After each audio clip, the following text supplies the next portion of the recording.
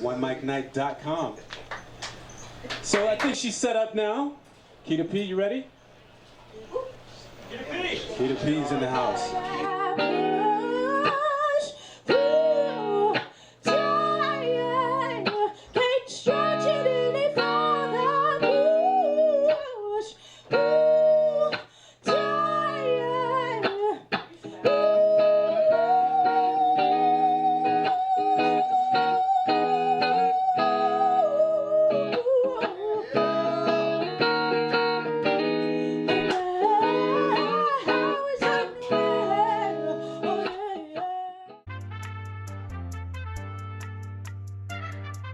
Hi, everyone, and welcome to One Mic Night, a podcast that brings you stories of artists and people on their journey, helping to guide, answer questions, and motivate you in life and the business. You already know who I am as Marcos Luis, and I'm back. We're still in season 5, 18 years of One Mic Night, supporting independent artists around the world. So thank you all for being on this journey with me, and thank you for sticking in and sharing the stories and adding comments to everything we do. So we appreciate that. Today, I'm really excited. You never know how life is going to treat you. Sometimes you bump into some energy and it just takes you to a place where you are so elated. That's what I am today. My guest today is a Grammy-nominated singer, songwriter, author, and a creativity coach. We're going to get into that in just a minute. Please welcome Robin Hackett to the show. How you doing, Robin? I'm good. Thank you very much. And I'm loving your energy right now as well. Thank you very much. Yeah. Listen, I have questions. I will have answers. You got answers? The first question is, who is Robin Hackett? Oh my goodness. Mm-hmm. Who is Robin Hackett? Robin Hackett is creativity through. That's who I am. I love creativity. It is constantly flowing through me. That's why, my bio reads that I'm a singer, I'm a songwriter. I've recently gotten into screenplay, so I wrote a screenplay. I've written 5 books. I write poetry. I've written a 1-act play. I act, I sing. I don't dance, though. Well, that's all right. You do everything else. You make people dance with the music, I'm sure, a little bit too. Where did Robin Hackett grow up? Where are you from? I am a military brat. Mm-hmm. So I spent 8 years of my childhood in Germany. And that's pretty much, those are my formative years where I grew up. And part of it I spent in Massachusetts, but mostly in Germany. What was that like? I've heard a lot of people that have grown up in the military and some really interesting experiences. What was that like for you? Well, I'll tell you, my experience, Marcus, is that I spent most of my formative years there. So when I came back to the States, it was rather shocking. Cultural shock. In regards to, it was a cultural shock. So I'm actually writing a book about my experience. I'm starting out calling it my memoir, but it's not really my memoir. I'm just going to tell my story. It was a cultural shock. Didn't initial shock people. I didn't realize there was racism. I didn't know what that was because I went to Germany when I was 3. Stayed there for 4 years till I was 7. Then we came back to the States till I was 12, but I still didn't get it because you're a little kid just kind of bopping around doing your thing. And then we went back to Germany again until I was 17. Interesting. Well, we all know racism is taught. So, you probably had no idea. No idea. Yeah, I really didn't have any idea. And so that is part of my story as well, too, that I'm coming to terms with. And as a musician of a certain age, of a woman of a certain age, when I was coming up, there weren't a lot of African American girls playing guitar and singing the music that I sing, which most people would. I go back and forth between jazz and Americana, and I melded the two together. So it was an interesting path. It was an interesting path. That's interesting. Who were some of the people that you could have looked up to? Because in a genre such as that, well, first of all, let me preface it by saying I was born in Nashville, Tennessee. So I would see, a lot of people in country music. My neighbor across the street was Dobie Gray. So I saw a black man singing Oh country. So that was gosh. something. But yeah, Yes. you know what I mean? So there wasn't much representation then. No, there wasn't much representation. And I was here in New York, so this is my second time coming to New York. So I lived here when I was younger for 20 years, then I left for 20 years, and now I've come back. Mm, But when I was here before, I think I saw one other African American woman playing guitar here in the city, doing what I was doing. But and Tracy Chapman had not appeared on the scene yet. So it was really very interesting, charting my course. Not sure why I would send my cassette. People still know what cassettes are. I would send my to record labels and to go, oh, you have to come in, you have to come in. And then I'd come in and they'd see me and they go, oh, how are we going to market you? right. And so I would say, well, I'm playing the guitar like a thousand other women and singing my songs I don't understand.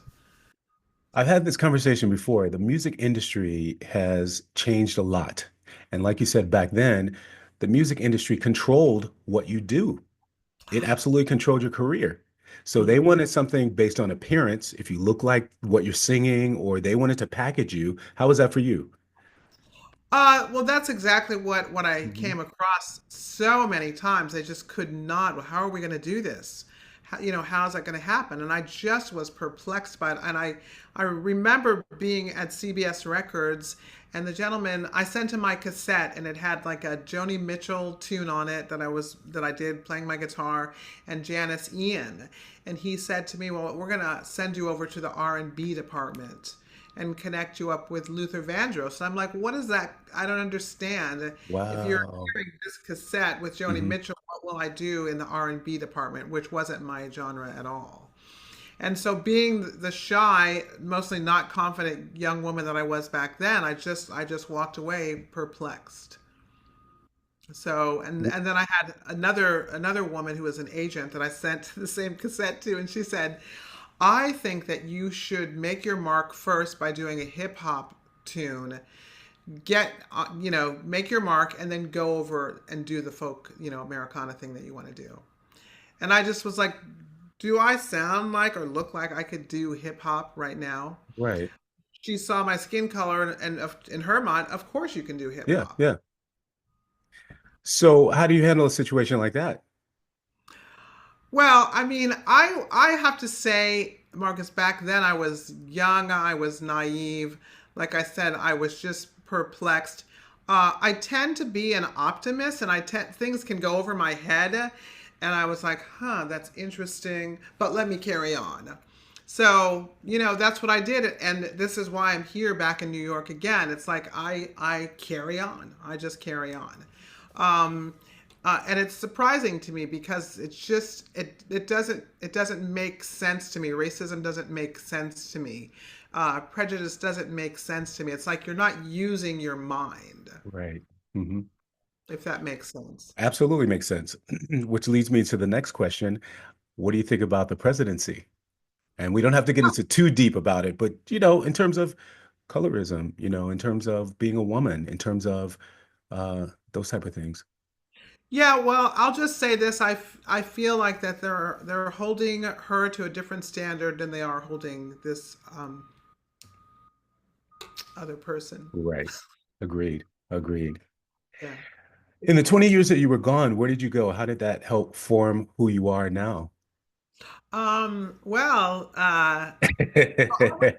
when I lived here in New York before, as I said, I grew up in a household where my dad just loved music. He was not a musician, but he loved music. And so we, on the weekends, Sunday would be his day to just play music all day long. So we could go from the Vienna Boys Choir to Dobie Gray to Mm, Aretha Franklin to Three Dog Night to, Elton John, just on and on and on and on. And so I'm babbling on. I forgot what your question was. no, with the 20 years that you left New York, Oh, how did that yes, form yes, your yes, yes. experience? So I would say, back then when I was in New York, I did my folk music and I did jazz. I went back and forth between the two. When I moved to Texas, I started getting influenced by country music. And Mm. so I feel like, but I noticed, oh, wow, there aren't any, I don't see any, I remember Charlie Pride from way back when.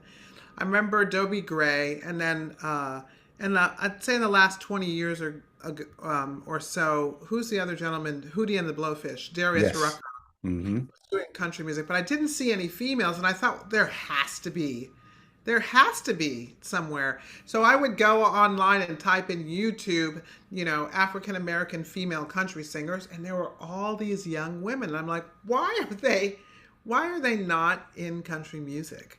Right. And we don't know about them. But basically, to answer your question, yes. So I got influenced by country music. I wouldn't consider myself a country singer. I definitely am a mixture. I mean, my biggest influence is Joni Mitchell Love it. and Richie Havens. I don't know if you. Yeah, I know Richie, of course. Wow. Mhm. That's a good combo. Yes, yes. So, So I love it because the type of music that you do and that I'm familiar with is storytelling. And as you mhm. said, you're a creative. Do you write your own music? Where do these stories come from? Oh my goodness. Well, they come from different events that happen in my life, and some of them just, creativity is all around us, and some of them are just floating in the air, Hmm. and depends on who latches on. So there are tunes that just were floating in the air, and I just grabbed them, and I and love that. some songs are downloaded. I call them downloads, and they'll come through me in 25 minutes. Do you have a process of how you write, or like it just comes to you, just sit down and there it is? That's interesting. So the process of how I write is that it is very organic, and sometimes it's just a matter of me sitting down and strumming my guitar and coming across a chord progression that I like, and then images come in, and then I begin my lyrics that way. But as of late, I've just been studying the craft a little bit more. There are people that are craftsmen in the sense that they craft the song. So that they begin with the lyrics, with the story, Hmm. and they add the music. I'm not used to working that way, but I'm starting to work that way. Hmm. So, but I would say that I'm a combination. I'm a combination. I'm very organic, very spontaneous, and I'm an open vessel. So I kind of allow things to pop in, and other times, things happen in my life, and I go, oh, I want to write a song about that. I love that. That's brilliant. Yeah. So I want to talk just a little bit about your voice because well, first of all, did you grew up with lessons and schooling and voice and things like that, or how did that come about for Yes, you? when I lived in Europe, on the military base, there was a group that was at the chapel on the base, and it was 100 teenagers from age 13 to 19, and we traveled throughout Europe, singing patriotic and religious songs. And that's really where I got my training. And I was in that group when I was 13. I taught myself how to play the guitar when we lived in Germany. We lived in a small German village. There was one other American family, and they lived probably like 2 or 3 miles, so it wasn't like we could go visit so easily. Mhm. So we lived on the Rhine River, which was very beautiful, and I spent my time. My older brother had asked my parents for a guitar, and he wanted to be like the next Jimi Hendrix, but that didn't happen. Like in the 2 lessons that he took, he gave it up, and I picked up the guitar. And my dad bought me this book, Learn to Play the Guitar in 10 Days. And so Oh, that's what I did. you sure did. I didn't do it in 10 days, but I started it and I was determined. And so that's how I got this instrument. Um, Do you like to play your own music on your songs, meaning the recordings of your songs, or do you prefer someone else uh, plays, or do you do it I tracks? usually prefer, now sometimes I do play, but Hmm. there is definitely a difference between a studio musician and one such as myself. I play when I perform, but most of the time in the studio, we'll let someone else play. And and occasionally there are songs that I do play on. I'll play so they can get the feel of it because how would I say this? There's a connection between me and my guitar, and that energy is going to come through. So they'll say, "Oh, why don't you play the song down for us so we can get the feel of it?" And then we track from there. Gotcha. Yes.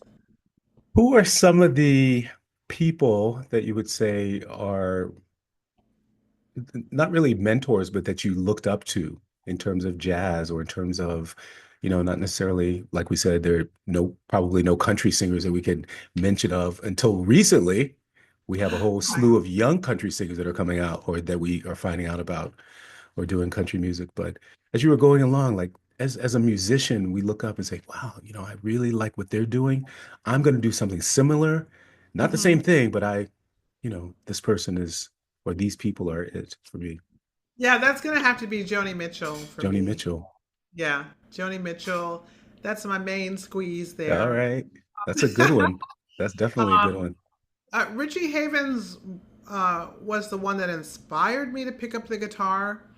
Um, so believe it or not, when we lived in this small German village, we lived in a duplex, and we lived on the top floor, and a German couple lived on the bottom floor, and our families became friends, and they went to the United States for their holiday, and they came back and said, "Oh, we have to show you this video," and it was a video of Richie Havens performing somewhere, and the German gentleman just loved it so much he was blown away, but I was blown away as Uh, well. I was so moved by him, so touched by him. So you that's how. remind you Go I'm ahead. sorry, I didn't mean to cut you off. Your voice reminds me a lot of a Roberta Flack. It's got the Yes, beauty and the ease and she can command and phrase music in such a way that the timbre of your voice is very similar, but different. I've been told that Yeah, often, yeah, often, often. that's Yeah. beautiful. Thank you. You Thank you. do a lot of stuff with the youth too, don't you? You teach a Mhm. little bit and you tell us a little bit about that. A That's a lot. beautiful thing. Yeah. Well, what's so interesting about that, Marcus, is that when I was here in New York as a young woman, I was just, pounding the pavement, had my own band, was writing songs, and it was like, me, me, me, I want to get forward, I want to get forward, I want to get forward, move forward, move forward. And I left the city somewhat heartbroken. And I tend to, like, as I said to you, I'm organic. I tend to feel things. And I felt like, okay, this 20 years is done. It's over. It's time to move on. What would it be like to try and do music someplace else? What would that feel like? Mhm. And so my brother was stationed in Texas, outside of Dallas, and then he got out of the Air Force. And then my parents, who were living in South Carolina at the time, my dad passed away. My mom and my older brother moved to where my other brother, Chris, was in Texas. And I would go home, go visit, and they'd say, "When are you moving here?" And I'd say, "Oh, I would never leave New York for Texas." Yeah. I ended up going to Texas. I don't know why maybe I've not eaten enough today. I keep forgetting what your question is. That's okay. How did I forgot what it was too, but it was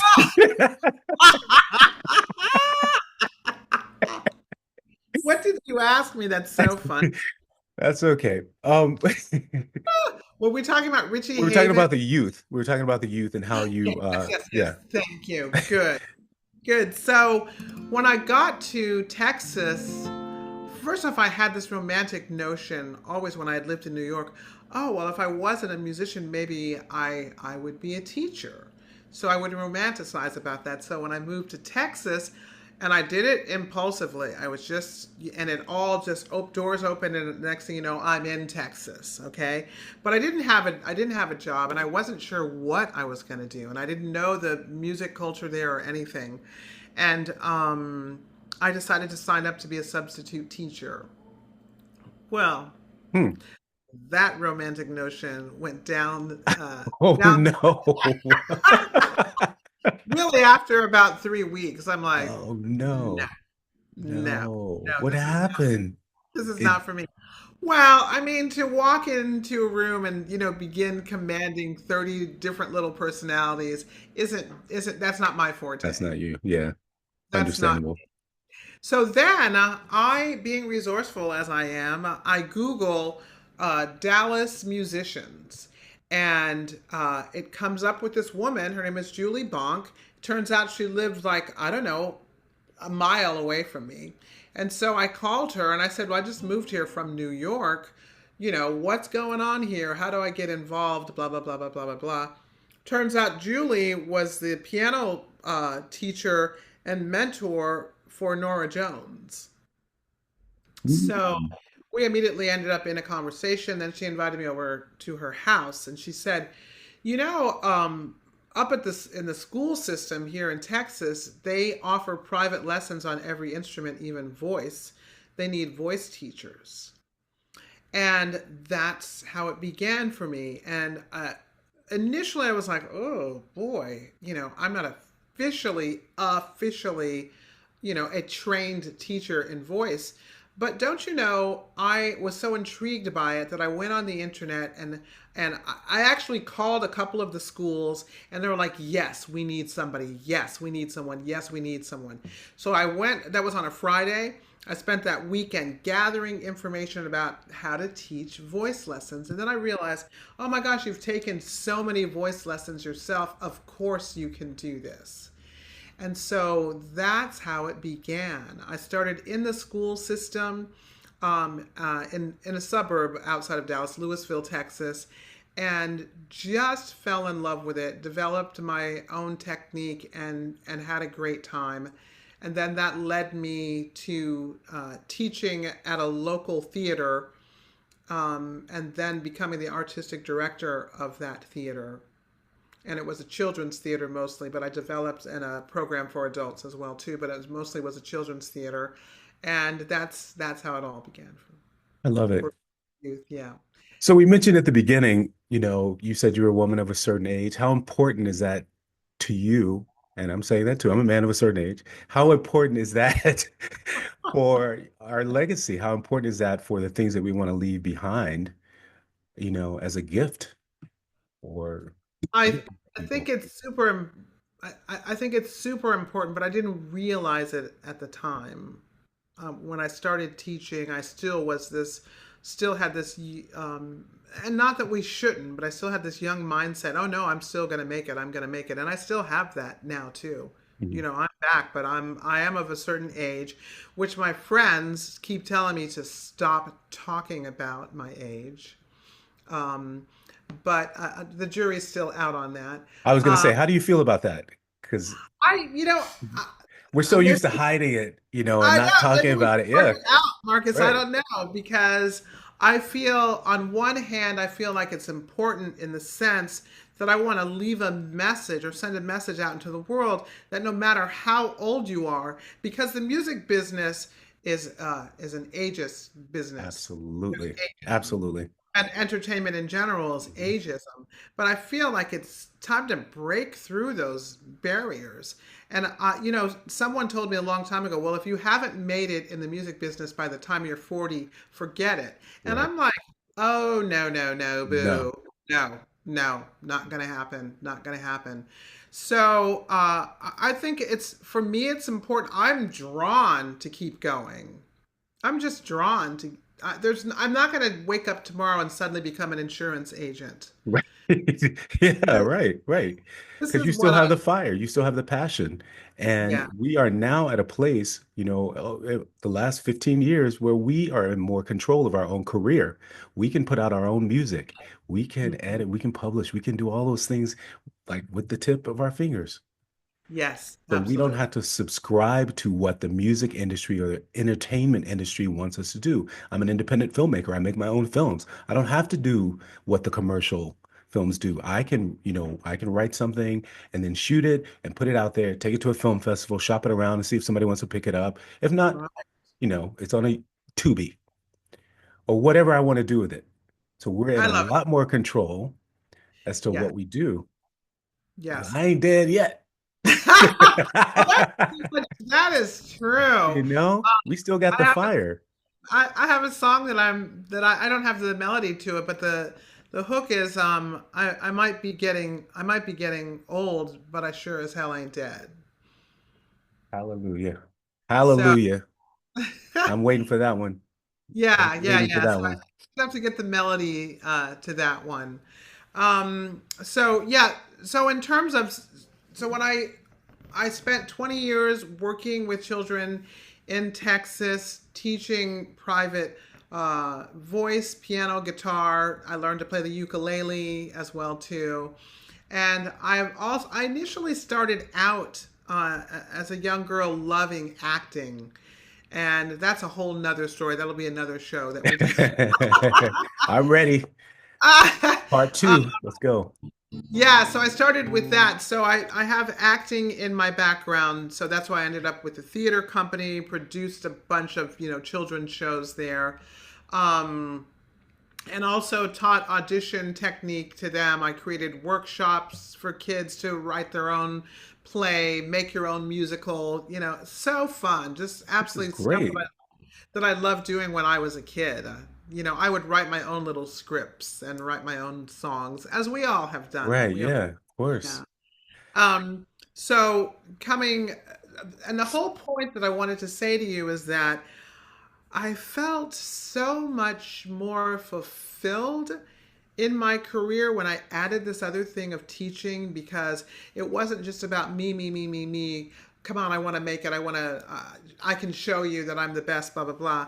Then it became about something else. And it became about giving. Yes. And, Yes. and it was such a joy to watch. I don't even know how many kids I've taught in the last 20 years. I could try and count, but it's amazing. And I have a couple of my students are here in New York. One is on Broadway. She just did her first Broadway principal role. Um, I have one that's done regional theater, and it's really great to see that. It's great to have them write me and say, Miss Hackett, I had a student. I moved to New York, and I couldn't have done it without you giving me confidence. And I just cried. I was like, crying ugly tears, like, oh my God. When I returned, and I've only been back in New York since 2022, I ended up getting a job at Harlem School of the Arts. Ooh, okay. And so that's where I teach now. Now, the thing that's so beautiful about that is that I get to teach this. I mean, I just did not see this when I was growing up. I get to teach little black girls to play the guitar. They want to play the guitar. And so, and I can cry right now. So every time when we have recital time and I introduce, a student that's playing the guitar, I just like tear up because it was mostly because it was such a struggle for me when I was that age and when I was here in New York as a young woman. It was such a struggle on some level to like just say, I'm just a person that plays the guitar and sings. I don't have to be a brown person that plays the guitar and sings, but that is what I am. But that's all I do. I'm just trying to put my art out there and to have someone block it because we don't know how to do that because you're supposed to be doing R&B and soul. So it's touching for me. And my first student, and actually I think she's I don't know if she's from Ghana. Of course, she grew up here in the States, in Harlem. But I said, well, what do you want to learn? What songs do you want to learn? She goes, Taylor Swift. And I'm like, yay. Interesting. I Not that I like love that. Taylor Yeah. Swift, Yeah. but Me too. I like like Taylor Swift. she has the freedom to just choose what she wants without someone going, oh, you shouldn't be doing Taylor Swift. Right. You should do this kind of music. And it's This is beautiful because this is a safe place for young brown girls, brown and black girls, and they can be who they want to be. And there's no boundary for them because now you've become the thing that you needed when you were young. yes, That's someone a just spoke to me beautiful thing. That's yesterday. beautiful. Congratulations. Thank That's what we need. We need more people like you. you. More. I feel like I mean I and it touches my heart because and it's what caused me to begin my memoir. And I watched a YouTube video, and I don't know how I came across it, but it was three young African American girls. So this was like in 2016, and they were 16 and 17 in high school, and they were doing a TED talk, and their TED talk was about how they're shunned at their high school because they like Justin Bieber, they like Harry Potter, they get good grades. And I thought, oh, this is such old stuff. Like, Yeah. haven't we got past this? And how challenging it was for them, at that high school because of the fact that they liked Justin Bieber and Harry Potter and what have you. And I thought, oh, that's not freedom. Right. That's not freedom. We want freedom. We I want don't want freedom. yes. It's an interesting twist because now, we're in an age where hip hop has become the pop music. So everyone wants to be hip hop. The white kids want to be hip hop. Yes. Yellow, everybody wants to be hip hop. Mm-hmm. And, these other things, if you're a black or brown person and you like country music or you like those things are still standing. The Justin Bieber's, yeah, if you're a brown person, why do you like Justin Bieber? Why do you like Taylor Swift? Why do you like, we're all different. We can be unique. It's okay. Yes. It's Yeah. okay. Yeah. Let's just kick Yeah. those walls down. And that's, for me, that's part of my story. So when I came back to the States, I did my very last year of high school in the States. And I had the opportunity to stay in Germany and do my last year. And my dad came and asked me, "Do you want to go back to the States or do you want to stay?" And I said, "Well, I want to see what it's like to go to high school in the United States." And so I ended up in Virginia Okay. at a very interesting time. And one of my dear friends, one of my best friends, she became my best friend. She's African American. She grew up in Virginia, and she grew up. So I'll be, letting my age out, but she grew up during the Jim Crow South, and we're still friends to this day. And she said to me, she said, when I met you, I had never met a black girl who thought she could do whatever she wanted to do. And Interesting. so that's, I feel like because I wasn't in this country, that I wasn't branded with this idea that I'm a second class citizen, that I can't do this, that I can't do that. I don't have that branding. Right. But certainly when you come to this country, they will try and brand you. They sure will. It's a rude awakening. It's a rude awakening. Even when you come to this country, and then it's also the opposite when you leave this country, because outside of this country, they don't have that view. Not Mm-mm. everyone has that view. I'm not gonna They say, don't. but not everyone has that view of what, Yes. African Americans are. So yeah, you're a lot freer. That's why everyone fled. That's why, James Baldwin, Josephine Baker, all these people fled Absolutely. the country. Absolutely. Yeah. Yeah, to be celebrated and to be found as unique someplace else is, that's a wonderful, wonderful thing. So I'm not quite sure with my memoir. I'm still figuring out what the message is, but I definitely, I mean, I think the message is about, first off, that racism is taught because I wasn't here, so I wasn't taught it and, what that meant and what that was. So that's one thing. Uh, and the other side of it is don't put people in boxes. And I say that to other black people, don't put me in a box. And I say that to white people, don't put me in a box. Right. Just, let everybody It's fly free. And what a sad thing it is to take a young soul, and squish it because you have some idea about, how it's supposed to be or how they're supposed to be or what they're supposed to like.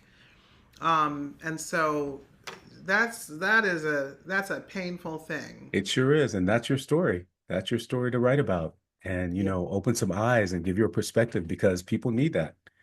We yeah. need that perspective. We definitely Hmm. need it. I want I don't want to take up too much more of your time, but I would love it if you could play something for everyone and let them hear a little sample of your beautiful music. Okay, I can do that. Do you want me to do just a sample of it? Whatever you feel, whatever's in the moment, just do it.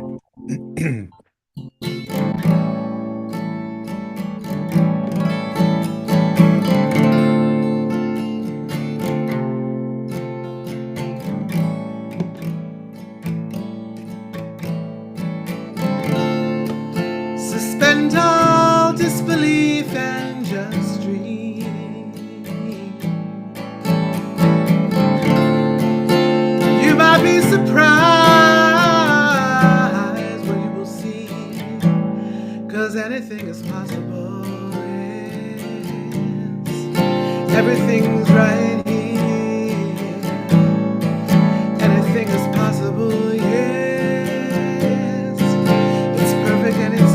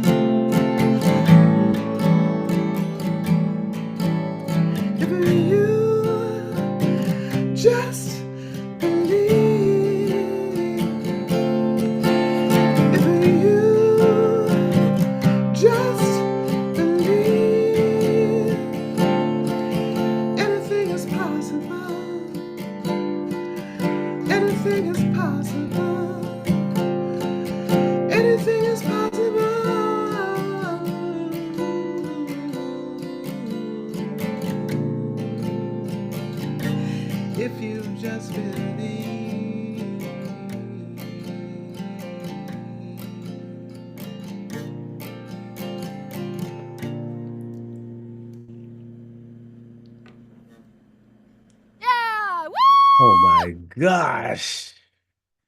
Yeah. Where's my golden buzzer? That was Robin. Wow. That was beautiful. Beautiful. Beautiful. Oh my gosh. That gave me goosebumps. Me That was too. beautiful. Thank you. That was one of those songs. I was in Santa Fe, Hmm. actually, Santa Fe, New Mexico, and I was with a friend of mine, and I said, "Oh, let's write a song." And I just started strumming those chords, and it's just like the lyrics were just floating through the air. Oh my Wrapped, gosh. probably done in an hour. Wow. Wow. That had so many different levels in the words. Thank you. You're Thank welcome. you for sharing that with us. Wow. Now, I know you just had a concert recently. You were at Rockwood Music Hall. How did that go for you? Oh, it was great. It Good. was. It's great in the sense that like I said, I've returned to New York after not being here for 20 years with the intention to just pick up where I left off. Like, I don't know what that is, why it had to be New York. I love this city, actually. So, my dad is from the Bronx, and my mom is from upstate New York. So, we are New Yorkers. New Yorkers, yeah. So I think my heart is here. Yeah. And so it's great to come back. And I had I didn't, when I was here before, I didn't audition for Broadway. And, now that I'm older, now that I have a different belief system, I didn't think there was a place for me on Broadway because here I was playing my guitar, da da da. And back then, if you didn't know how to R&B and riff it and soul it up, then you were not getting in a show, Right. on Broadway. That just is how it was. There was the box there, and I was like, I don't fit in the box. So I kind of took myself out of it. So being back, I got my equity card, so I'm glad about that. Good. Good. And I plan on, doing some auditioning with the shows. Like when I got back, I had all these grand ideas of what I was going to do, and I got back and kind of froze somewhat, and was like overdaunted by the whole thing. I'm like, what have I done? Mhm. What have I done? And so I really had to go inward and even think about like this song, anything is possible. Like I had to Absolutely. some of the songs that I've written are all these positive songs about going for the thing that you want, and I had to go inward, and I went into therapy. I've been in therapy for the last 2 Good. years, literally, just to pull myself up and out of this thought of what have I done? I'm too old. I'm whatever, and I finally booked some shows, and so it's Good. monumental for me to that was my second show that I've done here in New York after having not done anything since 2003. That's good. Do So you have another one coming up, or is that all you have at the I, moment? I do. November 4th, I'll be at Scarlet Lounge, which is on Amsterdam and 83rd Street here in the city. Okay. Good. And I'll be there I'm doing one show from 6 to 7, and then another show from 8 to 9. May tonight. Okay. I'll make sure I put the notes, put that in the episode of the notes too here. Mhm. Um, Robin, what a pleasure to talk to you. We only tapped the surface with you. I know. Please come back. I want to talk to you more about what we were I talking would about, the love acting. to. There's a lot more I want to talk to you about. And then off camera, I want to tell you something too. But Okay. tell everybody how we can get in touch with you and how we can Oh, book you, how we can take voice lessons, how we can everything. all that stuff. You can get in touch with me at robinhackettmusic.com, and that's Robin with one B and an I. And Hackett is with two T's, Hackett, robinhackettmusic.com. And you'll find my email there, my contact information. So if you want to take voice lessons, anything you want to do, if you want to put me in your Broadway show, you're welcome to do that. In a movie, what have you. There you go. There you have it, my friends. OneMicNite artist. You just heard the incredible Robin Hackett. Go to the website, find out all the information for social media, upcoming shows, etc., etc. RobinHackett.com. Grammy Award nominated, 5 album, 4 book writing,